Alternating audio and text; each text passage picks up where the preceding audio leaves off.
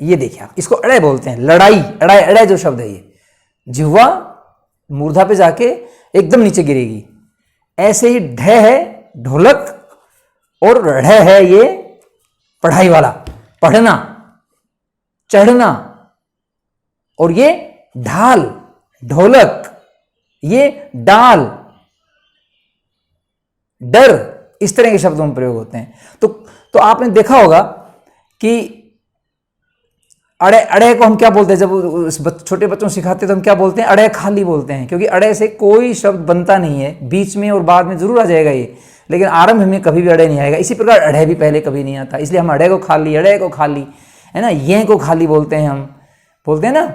और ऐसे ही कै वर्ग का जो नासिक की ध्वनि है अंग, वो भी खाली, उससे भी कोई शब्द बनता नहीं है। हाँ, न और मैं से जरूर बनते हैं, तो उनसे हम बनाते हैं न, नल और मैं, मटका। तो ये जो ध्वनियाँ हम ली हैं, ऐसे ही देखिए आप। अच्छा, ऐसा नहीं है कि भाई केवल स्वदेशी भाषाओं को इसमें समाहित करने की शक्ति है, विदेशी भाषाओं की ध्वनियों को भी देवनागरी लिपि समाहित कर रही है। जैसे आपने देखा होगा कि फ जो है हमारा, फल वाला फ तो ये है, फ वाला फल तो हमारा ये है, लेकिन जब आप उर्दू के शब्द बोलेंगे, फारसी के शब्द बोलेंगे, अफगानिस्तान जैसे आप बोलेंगे, तो फिर उसके लिए आपको नई ध्वनि करनी पड़ेगी, और वो है ये नुक्ता वाली। ये देखिए नुक्ता, तो जब भी आप विदेशी ध्वनि का प्रयोग करेंगे उसमें आप नुक्ता लगा देंगे। आप इनको भी नुक्ता वाला मान सकते हैं, कह सकते हैं कि ये मूल देवनागरी लिपि के नहीं हैं, बाहर से लिए हैं, इसलिए हम इनमें नुक्ता लगा रहे हैं। तो नुक्ता लगाते ही ये पहचान मान लीजिए, एक सामान्य पहचान है कि ये किसी दूसरी भाषा की लिपि की ध्वनि है, ठीक है। तो ऐसे फ है। ऐसे जय में आप देखिए, हमारा तो जल है, लेकिन उनका जहाज है, जहाज, जल जला, ये देखिए आप, जल जला के लिए। तो ऐसी ध्वनियाँ भी हमने ली हैं। कुछ और ध्वनियाँ शुरू में ली थी, लेकिन वो हमारी इन्हीं ध्वनियों में शामिल हो गई देवनागरी लिपि में, उनमें कोई पार्थक्य नहीं रहा, अलग नहीं रही वो। अभी यही ध्वनियाँ जो हैं अलग से हैं। इसी प्रकार देखिए आप, अंग्रेजी की जो लिपि है उसमें आपने दो लिए हमने, एक तो हमारा ए है, लेकिन उनका है, इसको अब बोलने में बड़ी कठिनाई है, तो इसलिए इसको हम ज़्यादा नहीं अपनाते। खासकर ये जो करियर शब्द है, करियर शब्द, ये देखिए इसमें प्रयोग होता है। ये अंग्रेजी का एक शब्द है करियर, एक होता है कैरियर, कैरी, कैरी में आई की मात्रा है वानी, CARRIER जैसे लिखते हैं ना, CARRIER, ये तो है कैरियर। अगर हम इसको थोड़ा लिपि में लिखेंगे तो कैरियर, आई की मात्रा लग रही है, लेकिन जो करियर है ये है CAREER, करियर, केयर से करियर बना है, तो ये करियर। तो ये जो ए है ये इसका चिन्ह है। तो ये ध्वनि हमने ए के रूप में लिए। कुछ शब्द ऐसे हैं जो हमारे अंग्रेजी से आए हैं और उनमें हमें प्रयोग करना पड़ता है। एक जो कॉमन है, ये तो चलो मैंने बता दिया, कॉमन है आ, ये न तो आ है और न ओ है, इन दोनों के बीच में बोला जाता है। बहुत सारे शब्द हैं, जैसे हमारा हॉस्पिटल है, तो हम तो क्योंकि हिंदी भाषी है ना, तो कभी तो हॉस्पिटल बोल देते हैं, थोड़ा पूर्वी भारत की तरफ जाएंगे तो हॉस्पिटल बोल देंगे। तो न आ है न ओ है, हॉस्पिटल, ऐसे बहुत सारे शब्द आपको मिल जाएंगे। तो ये ध्वनि भी जैसे हमने ली है, तो ये सब देवनागरी लिपि में मान्य हो चुकी हैं।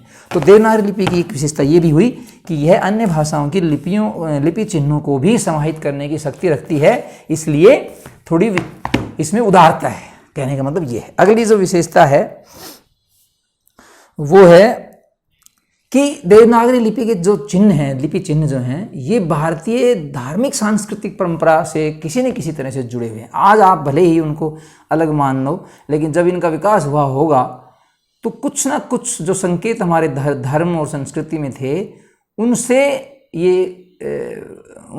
जरूर सहायता ली गई है। जैसे स्वस्तिक का चिन्ह रहा होगा, और भी ऐसे चिन्ह होंगे। जैसे कै पहले ऐसे नहीं बनता था, गोलाई वगैरह सब बाद में आई हैं, तो बनते होंगे तो ज़रूर कोई ना कोई तिरछे, आड़े, ये सब चीज़ें जो हैं हमारे धर्म और संस्कृति में चिन्ह रहे होंगे।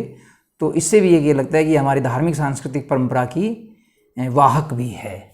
आज हम भले उसको प्रूव नहीं कर पाएँ, लेकिन अगर हम ध्यान से देखें और जाएं पुराने चिन्हों पर और मिलान करें, जो लिपि विशेषज्ञ हैं वो इसका मिलान करें, तो उनमें बड़ी समानता आपको मिलेगी। तो एक तरह से हमारी धर्म और संस्कृति से भी यह लिपि जुड़ी हुई है। एक और जो विशेषता है इसकी वो है ज्यामितीय आकृतियाँ। आप देखिए, जब इसका विकास हो रहा होगा गुप्त काल के बाद, इसको कुटिल लिपि कहा जाता था। क्योंकि इसके अक्षरों में वक्रता है, वक्रता और ऋजुता साथ साथ है। तो ज्यामितीय आकृति, आप देखिए वैज्ञानिकता का कोई ये तो एक आधार थोड़ी था, वैज्ञानिक आधार ये भी है कि हमने ज्यामितीय आकृति जो निश्चित है, जैसे वर्ग है, आयत है, सर्किल है, त्रिभुज हैं, इन सब का देखिए इसमें समावेश। बहुत सारे अपने लिपि चिन्ह जो है ज्यामितीय आकृतियों से मिलते जुलते हैं, तो उनसे भी हमने सहायता ली है, इसलिए भी ये एक वैज्ञानिक है। और ज्यामितीय आकृतियों का जब सहारा लिया हमने तो वक्रता उसमें आई। वक्रता मतलब कुछ टेढ़ी चीज़ें, कुछ गुलाई वाली चीज़ें, कुछ, और ऋजुता का मतलब है कुछ सीधी चीज़ें। जैसे आप कै देखिए, कै में आपको सारी चीज़ें मिल जाएंगी। आप देखिए कै, ये जो मैंने लिख रखा है कै देखिए आप, ट्रक का कै देखिए आप, ये गुलाई, ये सीधी लाइन, और ये देखिए कि एक तरह का अलग ही वक्रता है, और तब जाके कै बना है। ये पहले किसी समय में कैसे रहा होगा, ये किस समय में ऐसे रहा होगा, ये ऐसे रहा होगा। ये अब ये देखिए हमारी ज्यामितीय आकृतियों से और हमारे सांस्कृतिक आकृति से मिलता जुलता रहा होगा। धीरे हमने इनको और सुंदर बना दिया।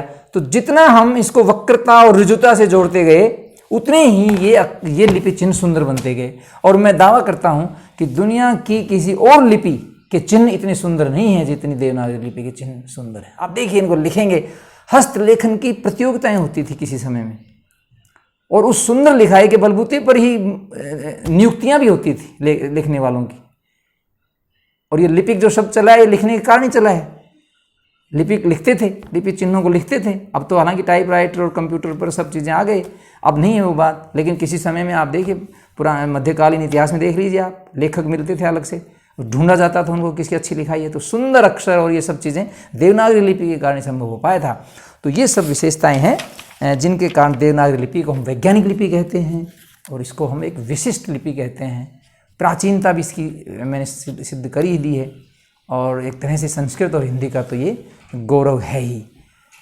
कुछ लिपि चिन्ह पहले थे वैदिक संस्कृत, और फिर आगे भी वो कुछ छूट गए हैं। जैसे री का दीर्घ नहीं है हमारे, ऋषि वाला जो री है उसका दीर्घ नहीं है हमारे, केवल ह्रस्व ही बचा है, क्योंकि उसका कोई शब्द हमारे यहाँ प्रचलित नहीं है। तो ऐसे कुछ शब्द छूट गए हैं।